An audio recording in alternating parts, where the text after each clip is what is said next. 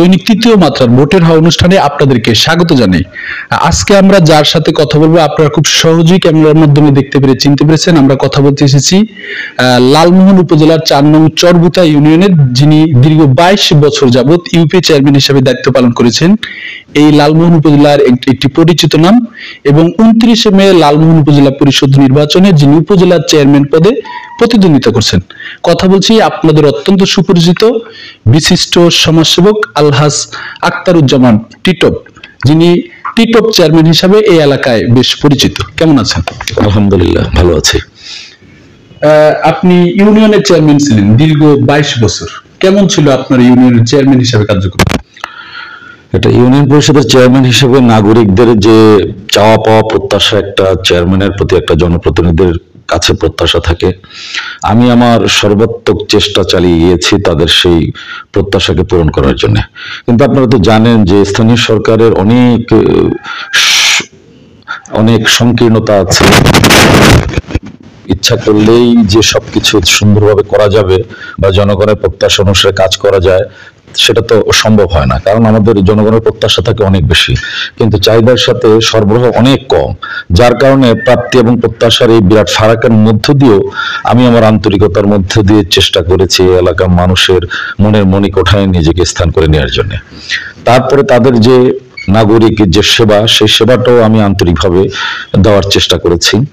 এলাকায় সালিশ বিচার থেকে শুরু করে একটা স্থানীয় জনপ্রতিনিধির কাছে জনগণের যে প্রত্যাশা থাকে, সে প্রত্যাশার সম্পূর্ণ কাছাকাছি সম্পূর্ণভাবে তাদেরকে সমাধান করতে না পারলেও আমি বিশ্বাস করি আমি তাদের কাছাকাছি যেতে পেরেছি, এবং পেরেছি বলেই তাদের উৎসাহ এবং উদ্দীপনার কারণে আজকে আমি লালমোহন উপজেলা পরিষদের চেয়ারম্যান হিসেবে নির্বাচনে প্রতিদ্বন্দ্বিতা করছি।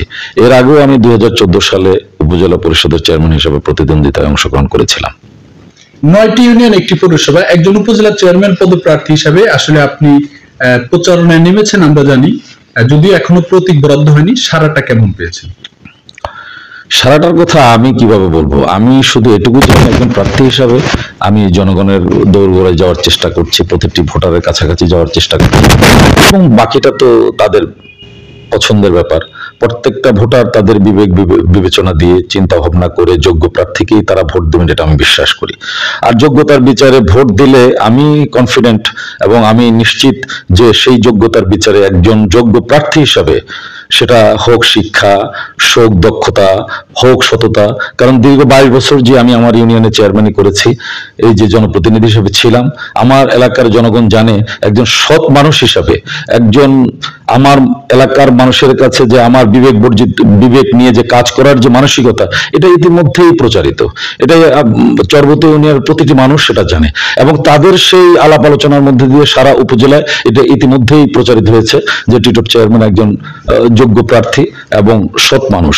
তিনি বিচার সালিসি থেকে শুরু করে সবকিছু নিরপেক্ষভাবে, পক্ষপাতহীনভাবে তিনি করে থাকেন, এবং প্রতিটি ভোটারকেই নিজের ভোটার মনে করেন। প্রতিটি ভোটারকেই তিনি মনে করেন যে ওই এলাকার মানুষ, সুতরাং প্রত্যেকের প্রতি তার দায় দায়িত্ব আছে। এই দায়বদ্ধতার থেকেই আমি আমার দায়িত্ব পালন করেছি বলেই আজকে আমার সাহস হয়েছে, এবং তাদের উৎসাহের মধ্য দিয়ে আজকে আমি এই উপজেলা পরিষদের নির্বাচনে প্রতিদ্বন্দ্বিতা করছি। একজন উপজেলা চেয়ারম্যান পদপ্রার্থী হিসাবে আপনার আসলে প্রতিশ্রুতি কি এবারে?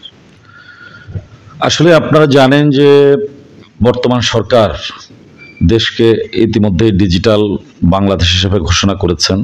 এরপরে স্মার্ট বাংলাদেশ ঘোষণার রূপরেখা প্রণয়ন করেছেন।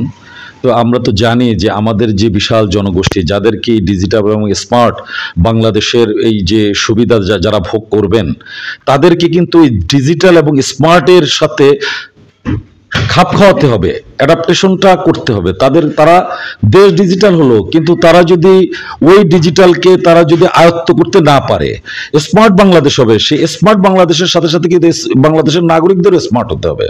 ডিজিটাল বাংলাদেশ হলো, কিন্তু ডিজিটাল বাংলাদেশের যদি পদ্ধতিগত বিষয়গুলো, যদি এই যে প্রযুক্তিগত বিষয়গুলি আমাদের জনগোষ্ঠী যদি না জানে, না বোঝে, এর এর সুফল জনগণ ভোগ করতে পারবে না।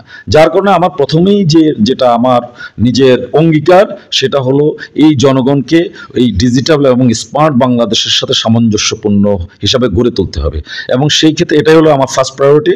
এরপরে আপনারা জানেন আজকের সমাজে মাদক একটা বিশাল ভাবে এই সমাজে ছড়িয়ে পড়েছে।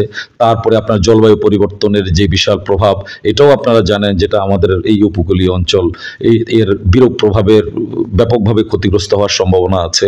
এবং পৃথিবীর মধ্যে বাংলাদেশ একটা দেশ যেখানে এই জলবায়ু প্রভাবের এই যে ক্ষতিকর প্রভাব সবচেয়ে বেশিভাবে তারা এফেক্টেড হচ্ছে। সুতরাং এই প্রভাব থেকে জনগণকে মুক্ত করার জন্য এই যে আমাদের যে সবুজ বনায়ন করতে হবে, আমাদের প্রচুর পরিমাণ গাছ লাগাতে হবে, এবং এই জলবায়ুর বিরূপ প্রভাব থেকে আমাদের এই উপকূলীয় অঞ্চল সহ সারা বাংলাদেশকে আমাদেরকে রক্ষা করতে হবে। আমাদের এই বিষয়গুলো আমি নিয়ে কাজ করতে চাই, এবং আধুনিক এবং যুগ উপযোগী একটি লালমোহন উপজেলা গড়ে তোলার জন্য যেই দৃষ্টিভঙ্গি থেকে বিজ্ঞানসম্মত এবং মানবিক গুণাগুণ সম্পন্ন একটি আধুনিক আমি লালমোহন উপজেলা পরিষদ গড়ে তুলতে চাই, যেখানে প্রতিটি নাগরিক তার সেবাটা নিশ্চিত করে পাবে, সাবলীলভাবে পাবে, এবং প্রতিটি উপজেলা পরিষদের প্রতিটি কর্মকর্তা কর্মচারী এই নাগরিক সেবা দেওয়ার জন্য তাদের যে অঙ্গীকার, সেই অঙ্গীকারের পরিপূর্ণ বাস্তবায়ন তারা করবেন ইনশাল্লাহ। যে আরেকটি বিষয় হচ্ছে যে এই সরকার একটি নিরপেক্ষ নির্বাচন করার ব্যাপারে মাননীয় প্রধানমন্ত্রী নির্দেশনা দিয়েছেন। নির্বাচন কমিশনও কিন্তু ইতিমধ্যে আপনাদেরকে নির্দেশনা দিয়েছেন। লেভেল প্লেইং ফিল্ড বলতে আমরা যেটা বুঝি, আপনি তো প্রচারণে গিয়েছেন, কোথায় কোনো জায়গার আসলে বাধার সম্মুখীন হয়েছেন কিনা, এবং সমান মাঠ এই লালমোহন উপজেলা আছে কিনা? আসলে একজন সাংবাদিক হিসাবে বা একজন আপনি ইতিমধ্যেই জেনেছেন যে দু একজন প্রার্থী তারা নিজেদেরকে একটা বিশেষ দলের প্রার্থী হিসাবে ঘোষণা করে জনগণকে বিভিন্নভাবে ভোটারদেরকে ভয়ভীতি প্রদর্শন করছেন। তাদের বিভিন্ন বক্তব্য বিবৃতি ইতিমধ্যেই গণমাধ্যমে এসেছে, আপনাদের ইলেকট্রনিক এবং প্রিন্ট মিডিয়ায় সোশ্যাল মিডিয়ায় এসেছে। তো সুতরাং তারা বিভিন্নভাবে জনগণকে প্রভাবিত করার চেষ্টা করছে, তাদেরকে বিভিন্নভাবে ভয়ভীতি প্রদর্শন করছে, হ্যাঁ, এবং এর সুফল তারা নিতে চায়। কিন্তু আমি বিশ্বাস করি জননেত্রী শেখ হাসিনার যে প্রতিশ্রুতি যে এইবার উপজেলা নির্বাচনটা একটা নিরপেক্ষ এবং পার্টিসিপেটরি, যাকে বলে অংশগ্রহণমূলক এবং স্বচ্ছ একটি নির্বাচন অনুষ্ঠিত হবে, যে নির্বাচনের মধ্য দিয়ে জনগণ এবার ভোটারমুখী। আপনি দেখেছেন বিগত ভোট নির্বাচনগুলোতে জনগণ ভোটের প্রতি তেমন কোনো আকর্ষণ জনগণের ছিল না। আমি আশা করি এবার যে প্রতিশ্রুতি, সেই প্রতিশ্রুতির আলোকে, যেহেতু তার উপর ভিত্তি করে আমরা এই নির্বাচনী প্রতিযোগিতায় অংশগ্রহণ করছি, সুতরাং আমার এই বিশ্বাস, আমি আশা করি 29 তারিখে প্রতিফলিত হবে, এবং জনগণ স্ব-উৎসাহে তাদের পরিবার পরিজন নিয়ে ভোট কেন্দ্রে যাবেন এবং নির্বিঘ্নে তাদের পছন্দের প্রার্থীকে তারা ভোট দিতে পারবেন। ভোট কতটা উৎসবমুখর লালমোহনের? এখন পর্যন্ত আমি তেমন কোনো বৈরী অবস্থার মুখোমুখি হইনি। শুধুমাত্র বক্তৃতা বিবৃতির মাধ্যমে কিছু অনাকাঙ্ক্ষিত বক্তব্য ছাড়া এখন পর্যন্ত আমি স্বাভাবিকভাবেই আমার প্রচারণা চালিয়ে যাচ্ছি। আশা করি এই ধারাটা অব্যাহত থাকবে।